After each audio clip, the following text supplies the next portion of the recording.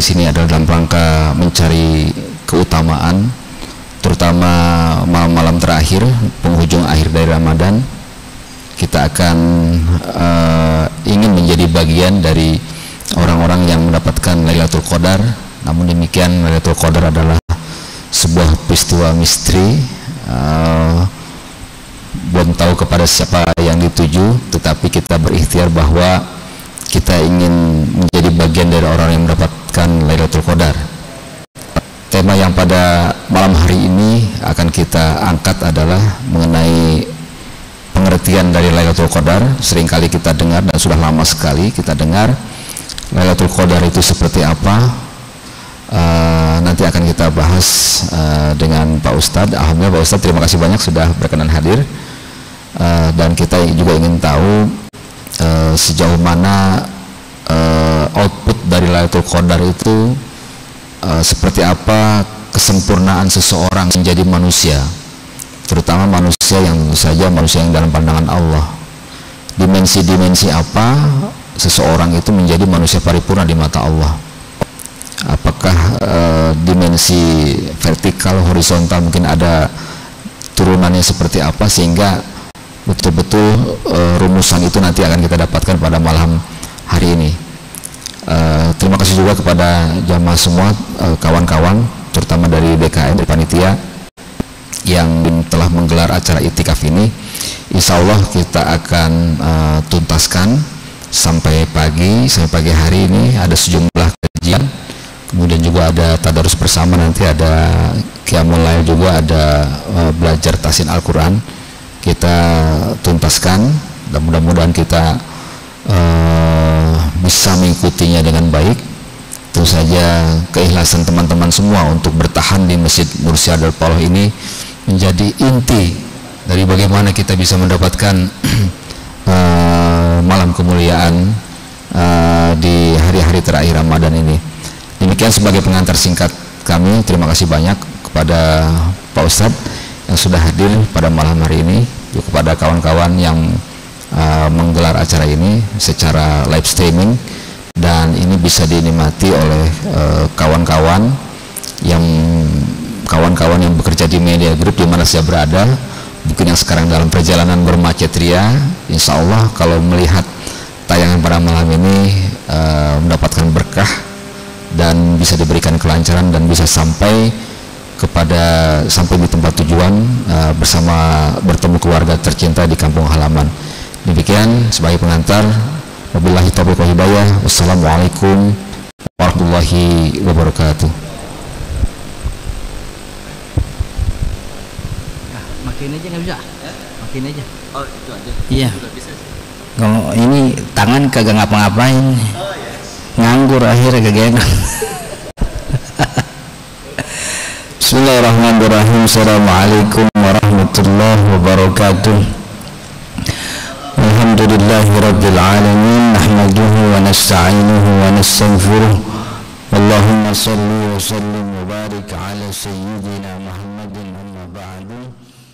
Para jemaah Bapak Ibu yang dirahmati Allah, alhamdulillah malam hari ini kita diberi nikmat oleh Allah sehingga bisa berkumpul, bisa bersilaturahmi, sekaligus juga bisa menunaikan salah satu kewajiban kita, yaitu ta'lim, menuntut ilmu agama. Kita berharap dan berdoa mudah-mudahan apa yang kita pelajari jadi ilmu yang bermanfaat, sekaligus jadi tambahan amal ibadah kita di akhirat. Amin ya rabbal alamin. Para jemaah yang dirahmati Allah, juga kita tidak lupa bersalawat kepada Nabi Muhammad sallallahu alaihi wasallam beserta keluarga dan juga para sahabatnya, dengan harapan dan doa mudah-mudahan kita termasuk orang yang mendapatkan syafaat Rasul sallallahu alaihi wasallam di hari kiamat nanti. Amin ya rabbal alamin. Para jemaah yang dirahmati Allah, jadi Lailatul Qadar dikatakan oleh Allah sebagai Lailatul Qadri khairun min alfi syahr. malam yang kalau beribadah di dalamnya akan mendapatkan kebaikan lebih daripada 1000 bulan gitu. Jadi ayat ini diturunkan oleh Allah kepada Nabi Muhammad karena Nabi Muhammad sallallahu alaihi wasallam itu sempat membandingkan ada kelebihan yang dimiliki oleh umat terdahulu tapi tidak dimiliki oleh umat Nabi Muhammad. Salah satu kelebihan umat terdahulu itu adalah umurnya panjang-panjang. Jadi umat dahulu tuh umurnya panjang tuh. Ada yang sampai 100 tahun bahkan 1000 sekian tahun ada. Jadi Nabi Muhammad SAW ingin mendapatkan kemuliaan sebagaimana kemuliaan orang-orang dahulu beribadah. Karena makin panjang umurnya, banyak ibadahnya, banyak juga kebaikan yang dia punya. Tapi orang kalau umurnya pendek begitu, maka ibadah yang dikerjakan pun sedikit, keberkahannya juga beda. Maka itu turunlah satu ayat dalam Al-Quran, Lailatul Qadri khairun min alfi syahr. Allah anugerahkan satu malam kepada umatnya Nabi Muhammad yang kalau beribadah di malam tersebut dapat kemuliaan 1000 bulan gitu. Dalam tafsir yang lain dijelaskan bahwa dulu memang ada salah satu umat dari Bani Israel yang beribadah sepanjang 83 tahun sekian bulan, 1000 bulan.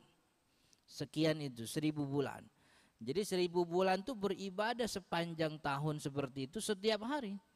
Diceritakan oleh Nabi Muhammad kepada umat, lalu umat itu juga pengen punya kemuliaan seperti orang soleh dari Bani Israel tersebut. Maka turunlah ayat Lailatul Qadar. Jadi ada yang mengatakan cerita tentang kemuliaan salah seorang dari Bani Israel, ada juga cerita tentang kelebihan yang dimiliki oleh umat terdahulu yang umat Nabi Muhammad nggak punya. Umat Nabi Muhammad itu umurnya pendek, kan umurnya ngikutin nabinya. Nabi Muhammad umurnya wafat 63 tahun sekian bulan, kan ya. Kalau sabda Nabi Muhammad mengatakan umur umatku antara 60 sampai 70 tahun, gitu. Kalau ngikutin Nabi 63. Jadi kalau kita sekarang 30 tahun ya kira-kira 33 tahun lagi kan begitu. Kalau kita sekarang 40 tahun ya kira-kira 23 tahun lagi. Yang enggak enak kalau sekarang udah 62 tahun sebulan tuh, udah sebulan lagi tuh. Tuh kalau kayak gitu nggak boleh ada pantangan tuh.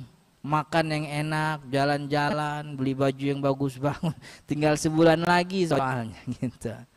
Kata sebahagian ulama, hadis tentang keluhan Nabi Muhammad bahwa umur Nabi Muhammad dan umatnya itu pendek, ini yang lebih dekat. Kenapa dikatakan lebih dekat? Karena alfu syahr yang dikatakan oleh Allah lebih baik daripada alfu syahrin 1000 bulan, itu tidak pernah dimaksudkan 1000 bulan, tapi dimaksudkan adalah kebaikan yang tidak pernah terhingga. Itu Lailatul Qadar. 1000 itu cuman simbol banyak begitu. Jadi angka paling banyak dalam bahasa Arab itu, dalam budaya Arab itu 1000. Makanya dalam bahasa Arab nggak ada nama sejuta. Sejuta nggak ada tuh. Orang Arab nyebut sejuta alf kan gitu. 1000-nya 1000. Kalaupun ada sejuta itu million itu bukan bahasa Arab. Million itu mu'arrab bahasanya. Mu'arrab itu artinya bahasa non Arab yang dipakai oleh orang-orang Arab. Million itu kan dari bahasa Inggris tuh, kan ya. Kemudian miliar juga bukan bahasa Arab. Jadi angka paling tinggi dalam bahasa Arab itu alf. Makanya sejuta alfin.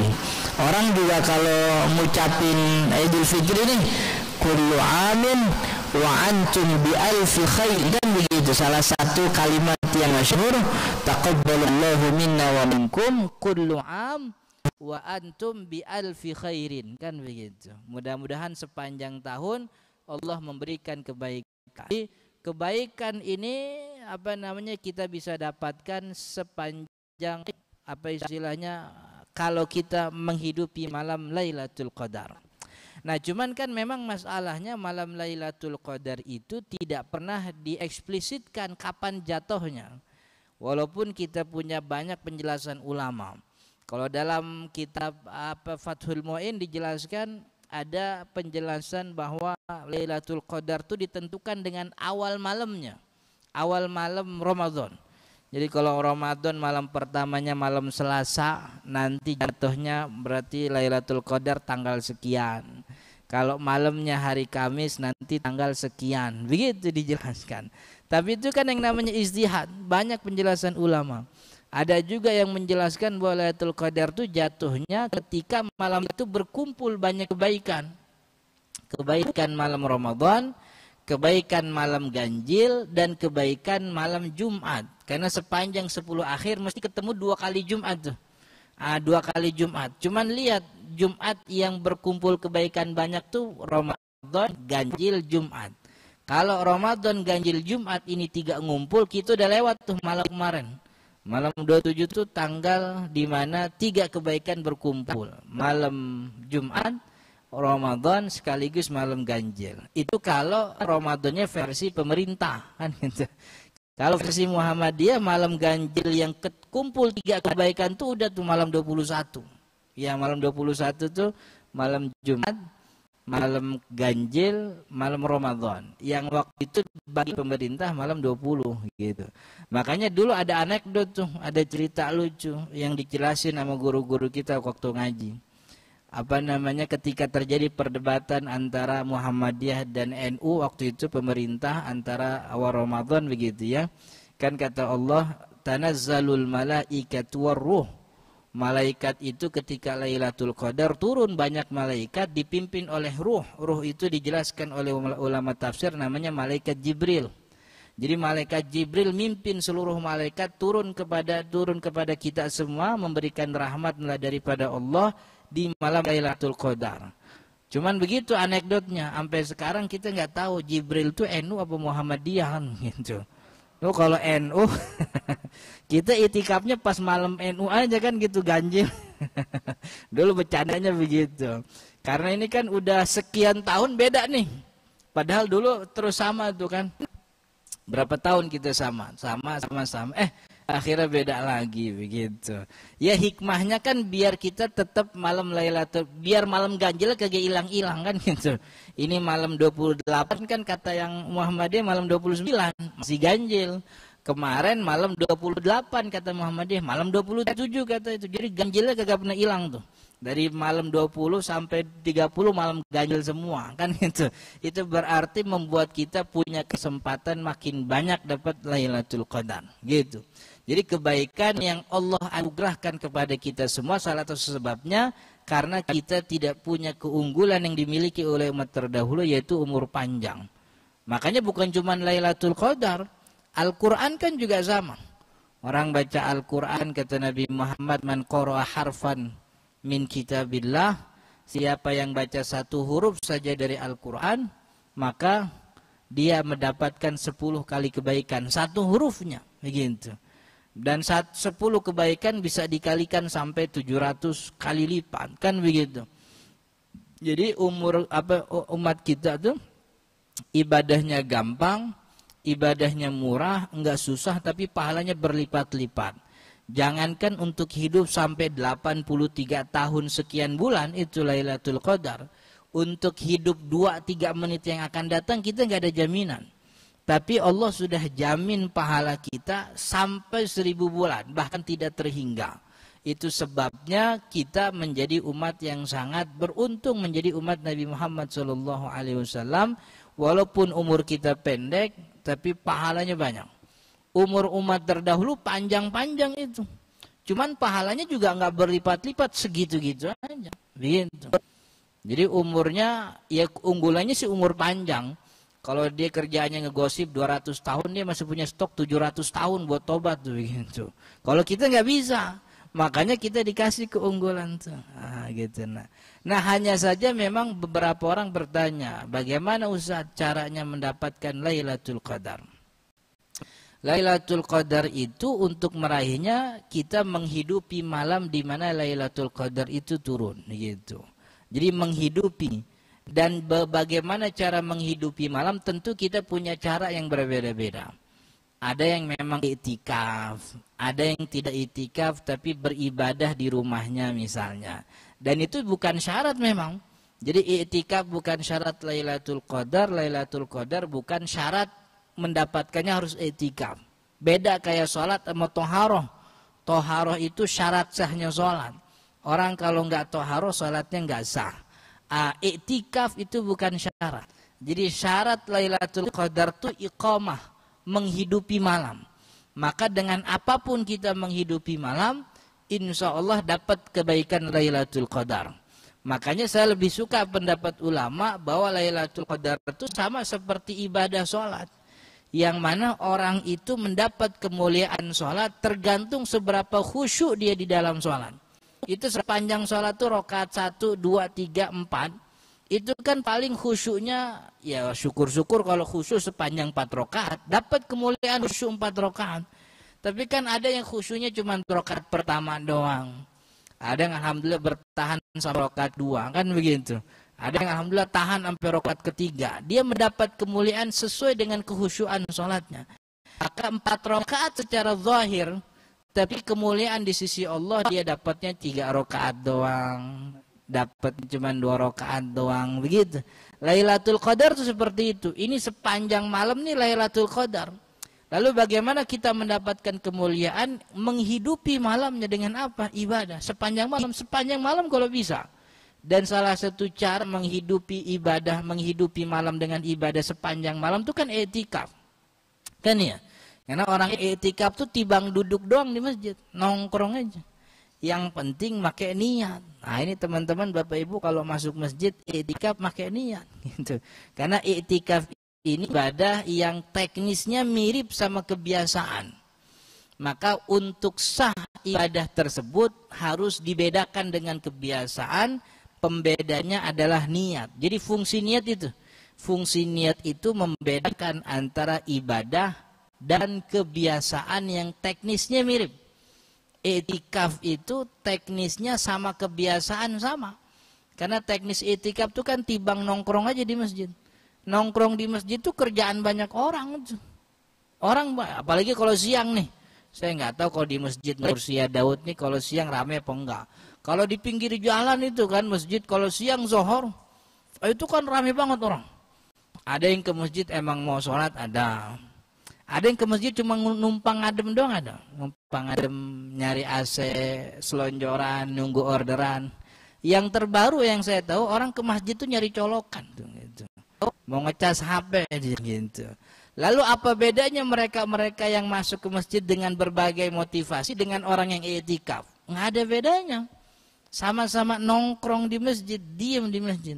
Lalu kenapa yang i'tikaf dapat pahalanya itu enggak? Yang i'tikaf dapat pahala dia pakai niat. Itu fungsi niat itu. Membedakan antara ibadah dan kebiasaan yang teknisnya mirip. Karena ini kebiasaan kita nih. Nongkrong di masjid kebiasaan kita, bedain. Pakai apa? Pakai niat. Kayak mandi. Mandi itu kan kebiasaan. Kebiasaan bukan mandi. Mandi kebiasaan. Ada gak yang nggak biasa mandi di sini? Kan nggak. Semua kita biasa mandi. Tapi di dalam syariat ada syariat namanya mandi juga. Mandi janabah, mandi wajib, mandi besar, mandi junub namanya. Apalagi itu namanya. Intinya mandi yang diwajibkan oleh syariat sebab kita berhadas besar. Dan mandi itu difungsikan mengangkat hadas besar. Padahal tiap hari kita mandi. Apa bedanya mandi dengan mandi hadas besar? Nggak ada bedanya. Cuman guyuran doang begitu. Cuman guyuran aja ngeratain air ke seluruh tubuh. Kenapa yang ini bisa mengangkat hadas besar, yang ini nggak bisa? Yang ini make niat, dibedain begitu. Makanya ketika guyuran kita niat nawaitul gusla, saya niat mandi. Mau ngapain mandi? Kan tiap hari juga mandi, nggak usah disebutin. Ini mandi bukan mandi biasa, lirafil hadasil akbar, untuk mengangkat hadas besar. Fardhon lillahi ta'ala. Kenapa harus dimerekin gitu? Karena ini mirip sama kebiasaan. Biar tidak terhitung sebagai kebiasaan, pakai niat. Maka orang yang punya hadas besar masuk kamar mandi, nggak pakai niat, keluar kamar mandi, bersih tubuhnya, hilang bau badannya, seger itu dia punya badan, tapi hadas besarnya tidak terangkat. Akhirnya ibadahnya nggak sah. Begitu. Kalau dia masuk kamar mandi pakai niat, bersih badannya, seger tubuhnya, hilang bau badannya, sah juga ibadah yang dikerjakan. Kenapa? Karena hadas besar sudah terangkat. Makai apa? Makai mandi. Mandi yang diniatin. Itu fungsi niat begitu. Jadi i'tikaf itu harus pakai niat. Niatnya itu fungsikan antara ibadah dan kebiasaan. Begitu. Tapi yang tadi bahwa menghidupi malam Lailatul Qadar itu tidak disyaratkan dengan i'tikaf. Yang penting menghidupi saja, beribadah saja. Entah itu ibadahnya cuma sholat isya plus tarawih atau witir, atau sekedar sholat isya berjamaah saja. Itu sudah cukup dikatakan menghidupi.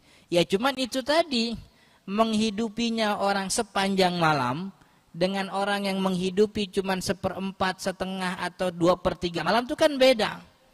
Ya kalau kita main hitung-hitungan kan kata Allah Lailatul Qadar 1000 bulan. 1000 bulan itu kan kalau kita konversi kira-kira 83 tahun 4 bulan kan ya. 83 tahun 4 bulan kita kumpulin nih. Ada orang yang 83 tahun 4 bulan umur sama semua.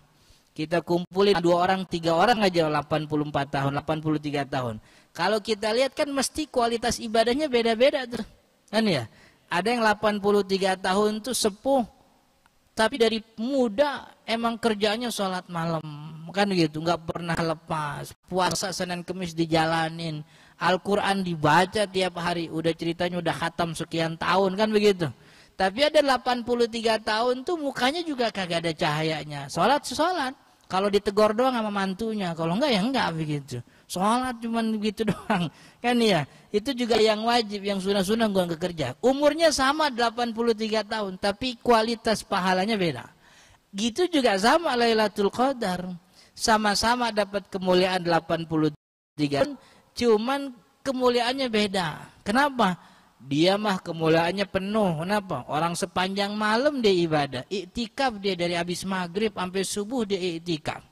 Yang ini kemuliaannya dikit. Kenapa? Dia Lailatul Qadar cuman sholat isya doang. Gitu. Itu juga gara-gara dijanjin ketemu sama temannya di masjid. Makanya dia ke masjid. Kalau nggak dijanjin nggak ke masjid situ dia. Gitu. Ini kemuliaan Lailatul Qadar dapat sekian persen. Kenapa? Karena menghidupi malam cuman sholat isya sama tarawih doang. Jadi intinya kemuliaan Lailatul Qadar bisa kita dapatkan dengan kita menghidupi malam Lailatul Qadar. Dengan apa kita menghidupi? Ya dengan beribadah. Kan begitu. Tentukan yang jauh lebih bagus kalau kita ibadahnya sepanjang malam. Dan yang membuat kita bisa beribadah sepanjang malam adalah iktikaf itu sendiri. Begitu. Maka kalau nggak iktikaf berarti tetap bisa. Cuman kemuliaannya ya 1/4, dapat setengah juga ada syukur-syukur. Karena kalau ibadah di rumah itu kan susah dibanding kalau di masjid kan ya. Ibadah di rumah, jangan yang namanya itikaf, sholat 5 waktu aja. Kalau di rumah tuh nggak dapat apa-apa. Cuman beres sholat doang sah sholatnya. Cuman habis sholat ada zikirnya apa nggak kalau sholat di rumah? Nggak ada, susah. Orang kalau sholat di rumah habis sholat udah buka HP. Kalau nggak buka HP lihat akuarium, liatin ikan. Soalnya sejadahnya sampai akuarium. Ada lagi habis sholat dia ngelapin joran ikan, joran pancingan, ada gak?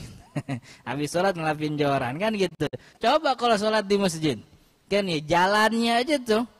Jalannya kata Nabi Muhammad menghapus dosa, meninggikan derajat. Makin banyak langkahnya, makin banyak dosa berguguran, kan ya. Kita hitungin ini masjid ada 5 nih di masjid di dekat rumah kita. Ini yang ini 20 langkah, yang ini 30 langkah. Yang rada banyak kan 200 langkah, gitu. Pilih yang 200 dah, dosa gugur. Akhirnya kan punya stok buat gosip lagi, ntar kan bisa, masih 200 langkah kan begitu. Ada deposito di gitu.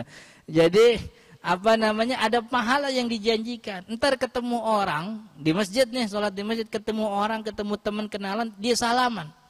Yang kata Nabi Muhammad, orang kalau salaman dosa berguguran sampai dia berpisah. Makanya kalau salaman, kalau bisa lama yang lama tuh begitu. Tuh makin lama kita kedet makin banyak dosa yang jatuh tuh gitu. Kalau misal udah nggak ada gitu. Jadi yang lama tuh dikedetnya biar banyak jatuhnya. Itu kita nggak dapat kalau sholat di rumah. Nggak dapat. Lalu setelah ketemu teman dia bersalaman masuk masjid, ada doanya. Allahumma ftahli, Allahumma gfirli waftahli abwaaba rahmati, kan begitu. Apalagi masjid ditempel tuh stiker doa masuk masjid, jadi orang baca kan ya. Di rumah dia nggak dapat kemuliaan itu. Masuk masjid muazinnya lagi azan, karena muazin lagi azan dia dengerin sambil dia doa, sambil dia baca apa yang dibaca muazin. Kata muazin asyhadu an la ilaha illallah, dia jawab asyhadu an la ilaha. Itu kan dapat pahala. Di rumah bisa gak begitu tuh? Nggak bisa, di rumah nggak bisa begitu kan ya.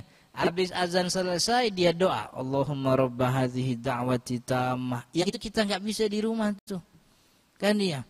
Doanya itu menghalalkan syafaat Nabi nanti di akhirat. Nanti di akhirat kita dapat syafaat Nabi, salah satu sebabnya doa itu tuh. Allahumma rabba hadhihi da'wati tammah itu. Begitu. Nanti selesai sholat maunya sih selesai azan sih maunya duduk. Cuman karena ngelihat kiri kanan padat qobliyah, diikut qobliyah gitu. Di rumah mah nggak bisa qobliyah kan begitu. Di rumah nggak bisa qobliyah. Habis qobliyah kemudian sambil nunggu iqomah orang pada duduk sambil zikir. Akhirnya ikutan dia zikir. Yang di rumah dia nggak bisa tuh. Habis zikir iqomah, sholat berjamaah. Kalau sholatnya jahriyah ngucapin amin, amin bareng imam dapat pahala. Kata Nabi Muhammad, orang yang kalau aminnya bareng sama aminnya bareng sama imam dan itu juga berbarengan dengan malaikat, Allah ampuni dosa-dosa yang telah lalu. Kan begitu, tiba ngomong amin doang itu dapat pahala. Di rumah nggak bisa dia begitu.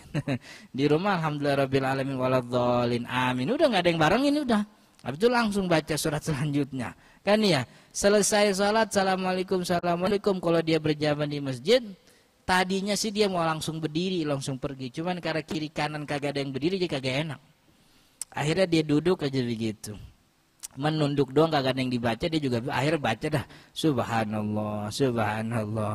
Tahu kagak tahu urusan, pokoknya baca aja kan begitu. Dia jadi pahala. Di rumah dia nggak bisa begitu. Di rumah nggak bisa dia.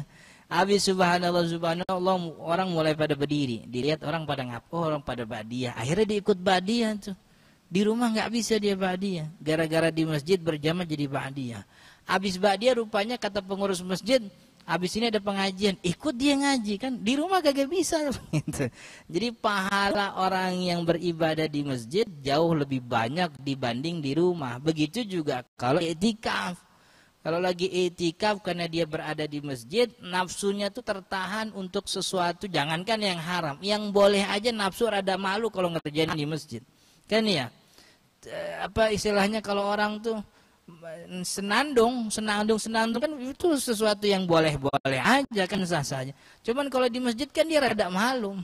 Di sebelah sana ada yang lagi zikir, ya.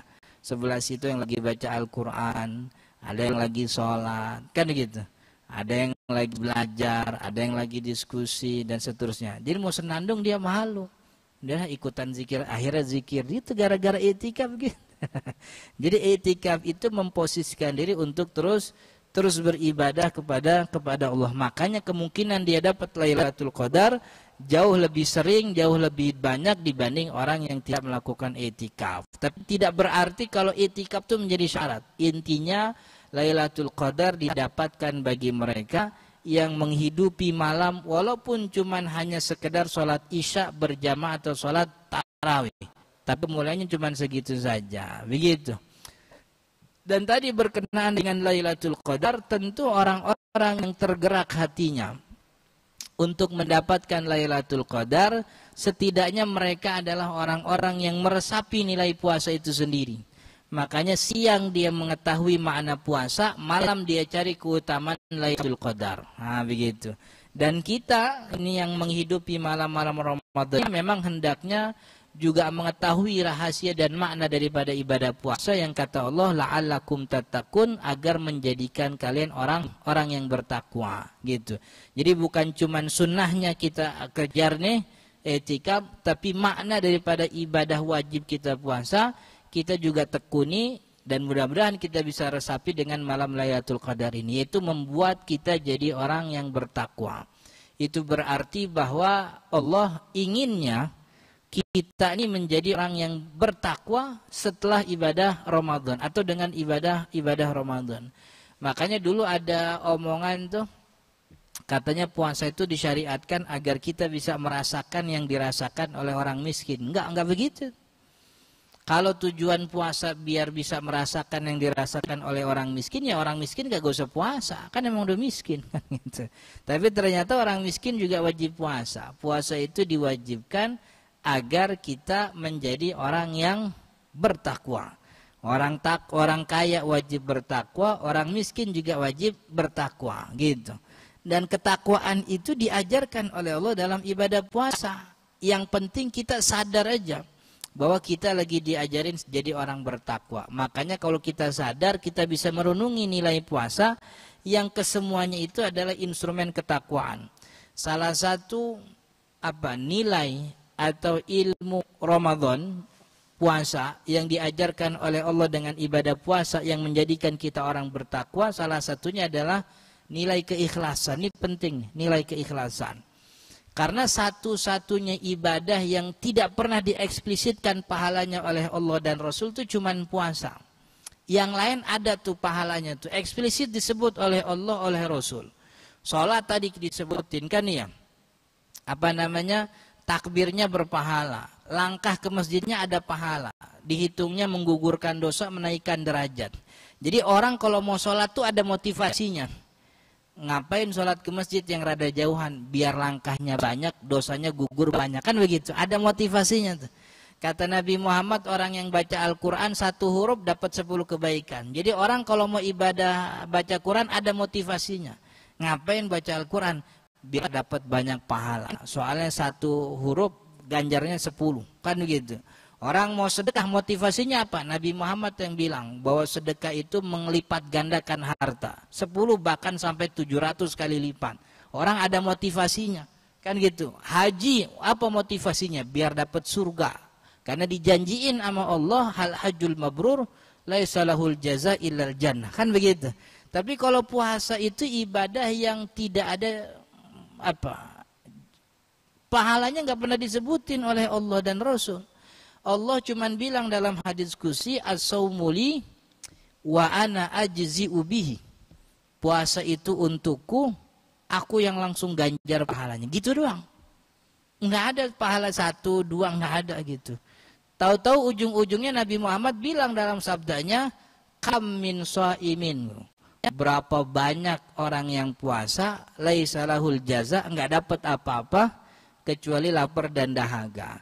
Di awal nggak pernah dijanjin pahala, di ujung Nabi Muhammad bilang berapa banyak tuh orang yang puasa tapi nggak dapat apa-apa kecuali lapar dan dahaga. Kan gitu. Oh berarti ini ibadah puasa ini spesial nih. Ini ibadah yang tidak ada sugestinya. Motivasi cuma satu, taat aja sama Allah. Karena nggak ada janji pahala. Ujung-ujungnya malah bilang nggak dapat apa-apa kecuali lapar dan dahaga. Kan ya. Itu orang-orang yang puasanya cuma bilang mindahin makan doang. Mindahin waktu makan, pagi dimajuin ke sahur, siang sama malam disatuin ke maghrib. Makanya pas maghrib makanan segunung kan begitu. Tuh orang kayak gitu biasanya ke maghrib bilangnya alhamdulillah.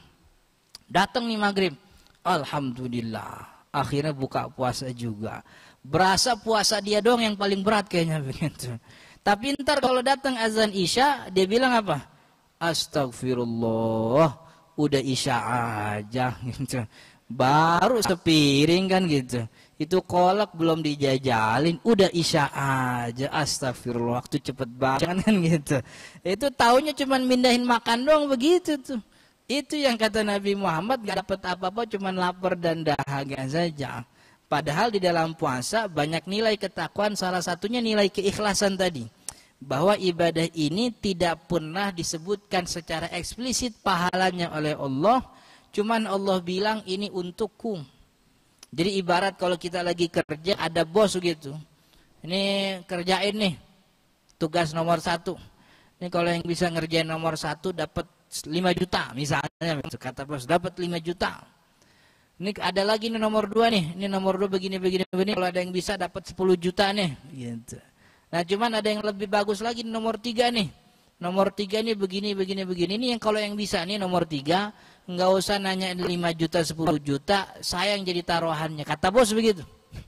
Jadi nomor 1 dapat 5 juta, nomor 2 dapat 10 juta, nomor 3 kata bos saya yang jadi taruhannya. Karyawan yang nggak percaya sama bosnya dia bilang, nih nomor 3 apa sih maksudnya gitu.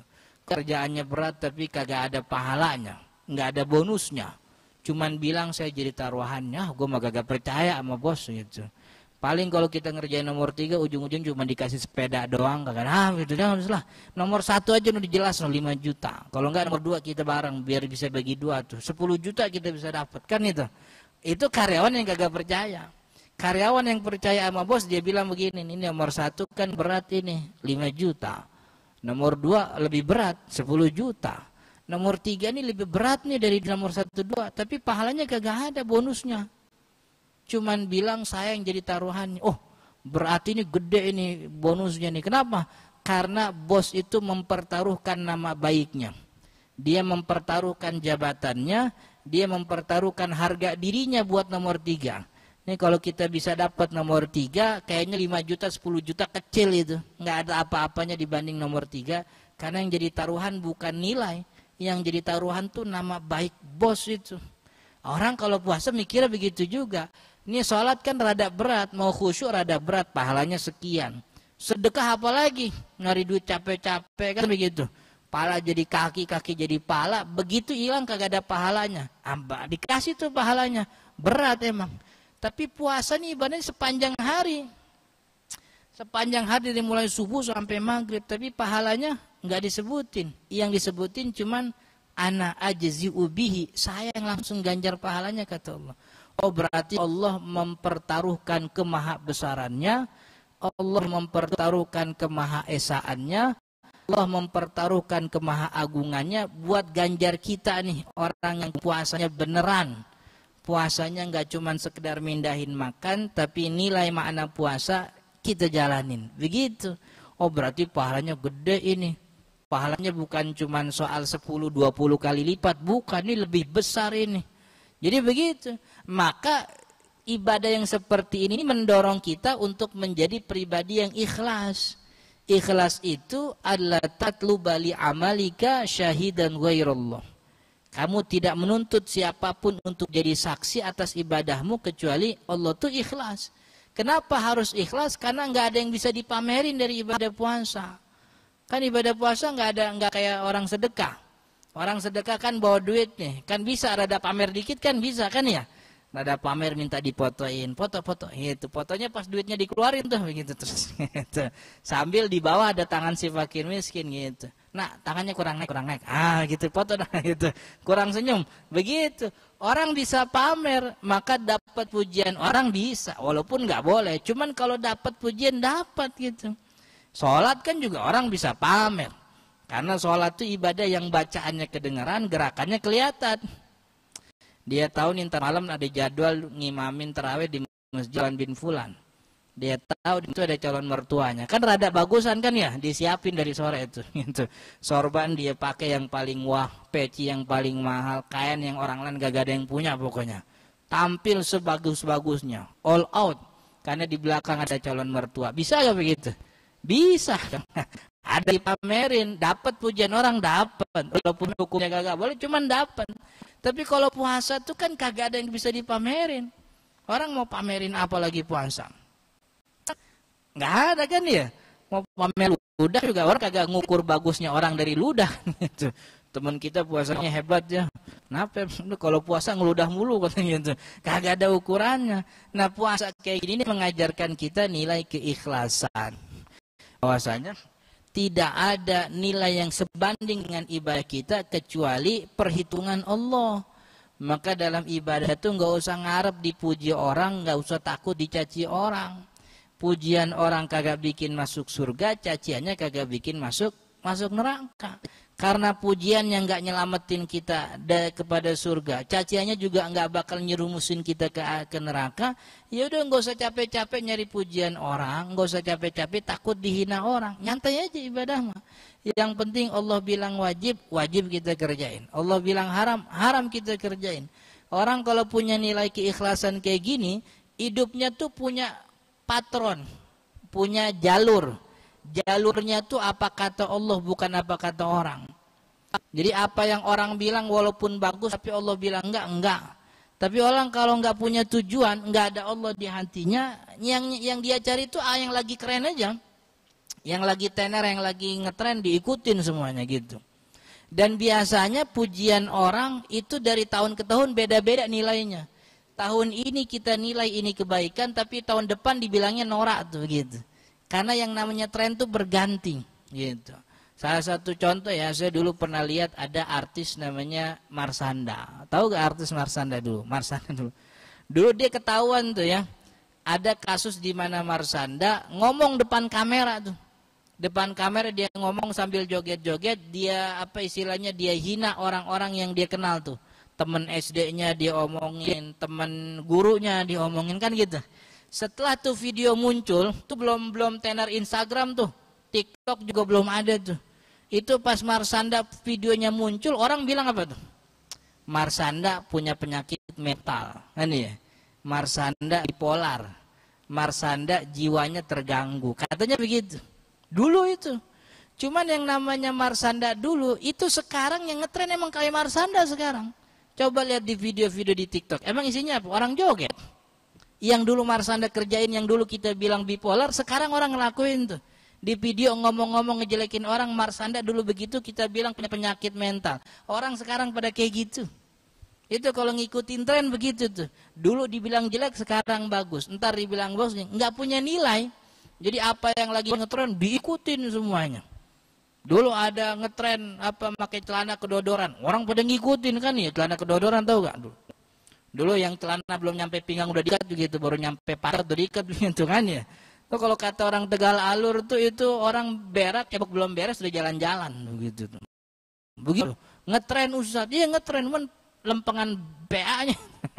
Lempengan kagak bener itu ngetrennya. Dulu ada lagi orang lagi ngetren rambut mohak. Semua ngikutin rambut mohak. Yang mula-mulain dulu ada David Beckham. David Beckham rambut mohak sudah ganteng aja kan ya. Muka putih, hidung mancung, mata biru, dadanya bidang. Orangnya juga ganteng. Maka rambut mohak ganteng. Orang kita kalau ngikutin gitu kan gak ada ganteng-gantengnya. Rambut mohak, hidung pesek, matanya merah, belel lagi gitu. Muka hitam, udah gitu leher daki mulu di sini. Wah, udah kagak ada cakep-cakepnya kan gitu. Tapi kan lagi ngetren, lagi ngetren. Dulu abis mohak ada lagi muncul tuh rambut cepak. Cepak apa namanya, samping tuh. Pas cepak di samping, di sini dikasih stempel PLN itu tuh. Kayak Cristiano Ronaldo dulu kan gak ada stempel PLN di sini. Orang udah ngikutin. Dulu ada ngetren itu. Orang naik mobil, lagi mobil jalan, dia keluar, dia joget-joget depan mobil. Itu lagi ngetren dulu tuh. Kan ya? Orang ngikutin. Orang kalau nggak punya tujuan, yang lagi ngetren, itu benar kata Nabi Muhammad, hatta law dakhalu fi juhri dubbin la dakhaltumu. Sampai pun kalau yang lagi viral tuh masuk lubang biawak kita ikut masuk. Kenapa? Lagi ngetren. Kan ya? Berapa banyak orang selfie di pinggir kereta, rel ketabrak kereta. Ngapain pinggir rel bela-belain? Biar ngetren Ustaz, lagi viral kan ya. Foto di samping kawah, lagi ngetren Ustaz, biar viral. Tahu-taunya kesandung, jeblos saja, gak ada yang nolongin kan ya. Jadi sampai pun kalau itu orang lagi ngetren masuk lubang biawak. Nah puasa ini ngajarin kita dengan ibadah yang kagak kelihatan kayak gini nih, mengajarkan kita untuk tidak minta motivasi kemanapun kecuali Allah. Tidak minta perhatian kemanapun kecuali Allah. Dan puasa juga mengajarkan bahwa sekecil apapun yang kita lakukan, Allah tidak pernah luput dari apa yang kita kerjakan itu. Kan begitu. Menjadi manusia yang seutuhnya sempurna, menjadikan Allah sebagai Tuhannya, dan tidak menjadikan Tuhan manusia. Tidak menjadikan manusia Tuhannya. Jadi apa yang dikata manusia kalau diukur pakai kata Tuhan, enggak benar. Kita tinggalin kan begitu. Jadi yang jadi agama tuh apa kata Tuhannya, bukan apa kata orang. Karena kalau ngikutin apa kata orang kagak beres-beres. Nah, puasa mengajarkan kita nilai keikhlasan itu. Ibadahnya sepanjang hari, pahalanya tidak dieksplisitkan oleh Allah, kita cuma berharap kepada Allah saja, begitu. Jadi itu berkaitan dengan apa yang menjadi tema kita, yaitu tentang Lailatul Qadar dan menjadi manusia yang seutuhnya, yaitu manusia yang benar-benar menjadikan Tuhan sebagai Tuhannya, tidak menjadikan manusia sebagai tujuan daripada ibadahnya.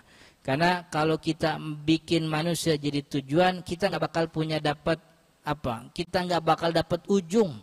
Karena yang namanya manusia, kita bikin banyak manusia senang, ada aja orang yang kagak senang. Ini lagi Ramadan, kita punya duit 1 juta, 5 juta, kita beliin kain sarung. Kain sarung puluhan juta kita beli, kita kasih orang di masjid mushola. Apa satu masjid otomatis jadi cinta kita semua? Kan enggak. Udah berkali-kali kita ngeluarin duit buat orang cinta, enggak bakal cinta orang. Ada aja orang kagak depan kita, kan begitu. Mau nyari pujian orang tidak akan pernah berhasil. Dan satu-satunya pihak yang tidak akan kita kecewa kepadanya yaitu Allah. Maka cukup Allah aja yang jadi saksi kita. Enggak usah capek-capek motoin, kecuali kalau dokumentasi. Kan emang ada orang yang kerjanya dokumentasi, kan ya, di apa namanya, di masjid, di yayasan, di apa namanya pesantren, ada yang kerjanya emang moto, emang buat dokumentasi. Kalau kayak gitu bukan sah saja. Cuman yang ibadah-ibadah tuh nggak usah ngarepin nggak usah ngarepin apa-apa kecuali Allah saja. Jadi ibadah puasa ini mengajarkan kita nilai keikhlasan, menjadi pribadi yang sempurna. Maka pelajaran ibadah puasa ini kita bawa keluar Ramadan. Nanti di Ramadan kita juga bikin semua ibadah kita sebagaimana puasa, nggak usah ngarep sama orang-orang, begitu. Cukup ngarepnya Allah, tujuannya juga Allah. Nah, juga yang penting lagi sebagai terakhir penutup, bahwa puasa ini mengajarkan kita nilai kejujuran sebagai bagian daripada manusia yang sempurna bertuhan kepada Allah, yaitu jujur. Karena ibadah puasa memang ibadah yang tidak ada wujudnya. Karena tidak ada wujudnya, maka kita tidak bisa memantau puasa orang. Saya nggak tahu puasa bapak sah apa enggak, maksudnya sepanjang tadi beneran puasa apa enggak. Bapak juga nggak bisa mantau puasa saya. Yang tahu puasa saya cuman Allah sama saya doang, kan begitu. Jangankan bapak ibu semua, istri saya di rumah, saya sih sahur bareng. Cuman kalau saya udah keluar, istri nggak tahu. Emang karena nggak ada kelihatan. Karena ini posisinya nggak kelihatan, maka orang bisa pura-pura. Kan pura-pura puasa makan gampang. Tinggal pasang muka lemes, bibir dikeringin, mata disayuin, jalannya miring. Gitu. Ntar kalau ada angin tinggal jatuh aja, kan begitu. Ditanya, kenapa mas? Lemes banget. Puasa, kan gitu. Bisa pura-pura. Tapi di waktu kondisi yang kita bisa pura-pura, tapi kok nggak mau pura-pura, kan hebat namanya. Nahan lapar sepanjang hari, padahal orang kagak ada yang lihat itu. Kan tibang minum dong, orang juga nggak lihat. Nggak ada yang peduli juga kalaupun lihat. Kenapa tetap nggak mau minum? Ada Allah, kan begitu. Iya sih, orang nggak lihat, orang nggak tahu, tapi kan Allah tahu. Nanti kalau Allah tahu, dan Allah pasti tahu, Allah tahu, Allah murka. Kalau Allah murka, Allah jadi nurunin dosa. Ya kita kalau dosa susah masuk surganya, Allah tahu. Nah, itu kan nilai kejujuran tuh. Jadi puasa itu membuat kita selalu merasa diawasi oleh Allah. Kalau selalu merasa diawasi oleh Allah, ntar kesononya enak nih. Jadi karyawan juga jujur. Kenapa? Ada Allah yang ngawasin. Kan kalau mau naik jabatan ya tinggal banyak lah cara. Cuman kalau harus masukin data, manipulasi dokumen, markup anggaran, ya orang sih nggak ada yang lihat, atasan juga nggak tahu, tapi kan Allah tahu gitu. Kayak kita makan di pojokan, orang sih nggak lihat, cuman kan Allah tahu, kan begitu. Lagi lagi sholat zohor, asar, wudu, pas lagi wudu kumur-kumur. Itu yang masuk 3 kali, yang keluar sekali, kan juga orang gak ada yang peduli itu. Orang gak ada yang tahu. Tapi kita tetap mau jujur itu. Hebat itu kan namanya. Nah, mau jujurnya kita lagi puasa tuh bawa keluar Ramadan. Gitu. Kenapa gak begini? Allah ngelihat. Kan gitu. Jadi pedagang juga pedagang yang jujur. Kenapa gak bohongin konsumen? Allah tahu. Kan begitu. Jadi punya sifat selalu merasa diawasi oleh Allah Subhanahu wa taala.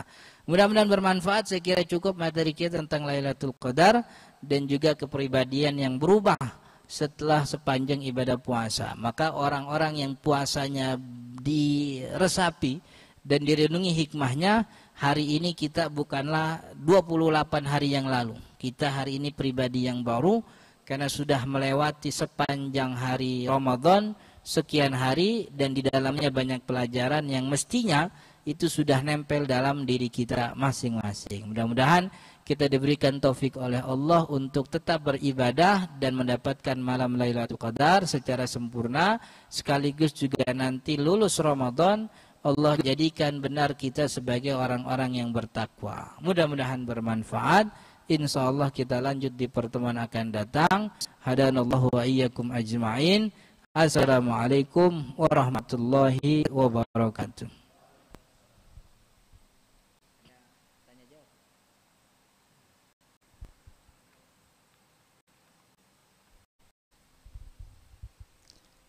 Terima kasih Ustaz Kasih Asi yang telah memberikan paparan.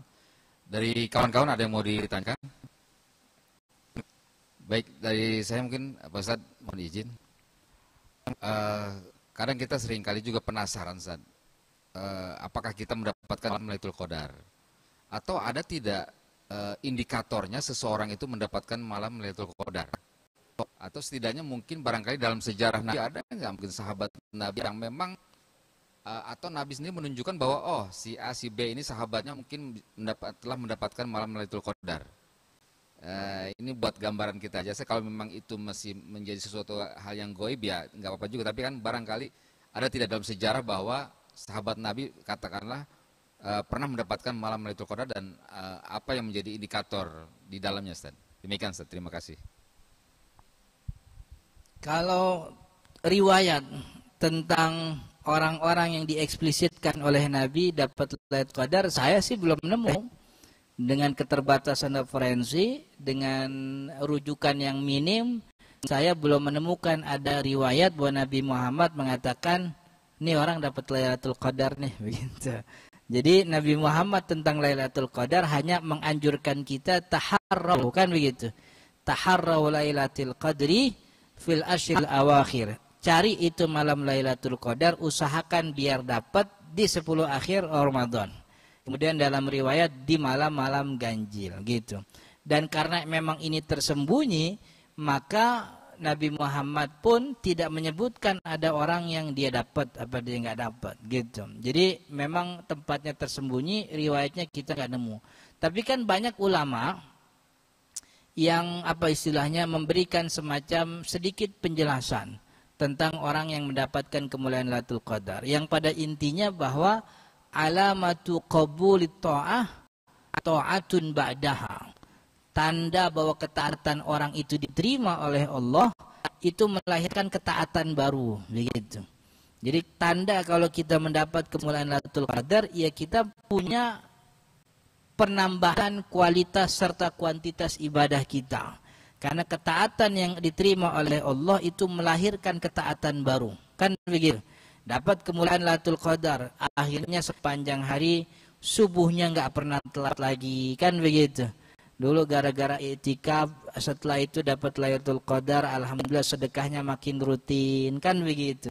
Jadi tanda yang zahir begitu, yang kelihatan fulan bin fulan dapat itu, emang agak susah gitu ya. Dan saya juga nggak pernah nemu ada ulama menjelaskan berarti fulan bin fulan, nggak. Penjelasannya secara umum saja. Karena Lailatul Qadar kemuliaan yang tinggi, kalau kemudian dieksplisitkan bahwa fulan dapat, itu menjadi kesombongan, khawatirnya kan begitu. Maka biarlah itu menjadi rahasia Allah, dan salah satu tanda yang dijelaskan oleh ulama bahwa ketaatan yang diterima itu ketaatan yang melahirkan ketaatan baru, gitu. Maka kita tinggal refleksi aja ntar, kaca diri. Dulu sebelum Ramadan, kalau ke masjid Jumatan, duit bawa sih begitu. Cuman yang dibawa 2.000-an begitu. Ya, kalau sekarang jangan 2.000 dah.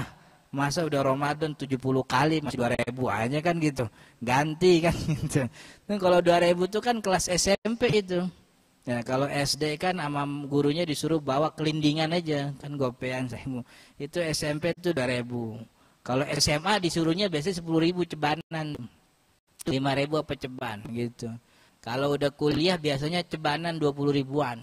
Berarti kalau kita udah kerja jangan mau sama kayak anak SD begitu. Udah kerja tapi sama kayak anak SD gitu. Jadi itu tanda ketaatan yang diterima melahirkan ketaatan yang baru, dan itu menjadi rahasia untuk kita kepada Allah Subhanahu wa taala, tidak dieksplisitkan tandanya ini agar tidak menjadi kesombongan dalam diri begitu. Alhamdulillah nih udah dapat tanda Lailatul Qadar. Dapat tadi di SMS tuh, selamat Anda dapat Lailatul Qadar. 83 tahun ini lumayan, 20 tahun nggak ini dulu lah gitu. Jadi presenter gosip dulu boleh kali kan. Udah punya stok 83 tahun ya kan gitu. Jadi ini rahasia yang mudah-mudahan kita semua diberikan hikmah tentang itu semua. Amin ya rabbal alamin. Oke?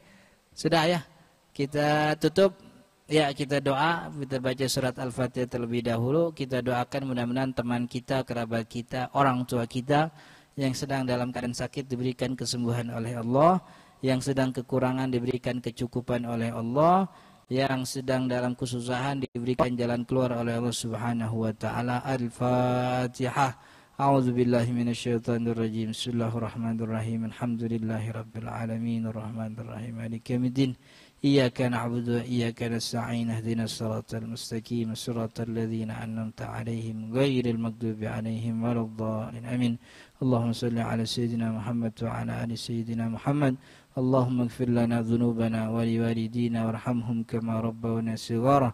Allahumma anfa'na bima 'allamtana wa 'allimna ma yanfa'una warzuqna 'ilman nafi'an warzuqna fahman sahihan fid dini ya rabbal alamin. Allahumma ij'al jam'ana hadha jam'an marhuma waj'al tafarruqana min ba'da hadha tafarruqan ma'suma. Wa sallallahu ala sayyidina Muhammadin wa ala alihi wasallam. Alhamdulillahi rabbil alamin. Assalamualaikum warahmatullahi wabarakatuh.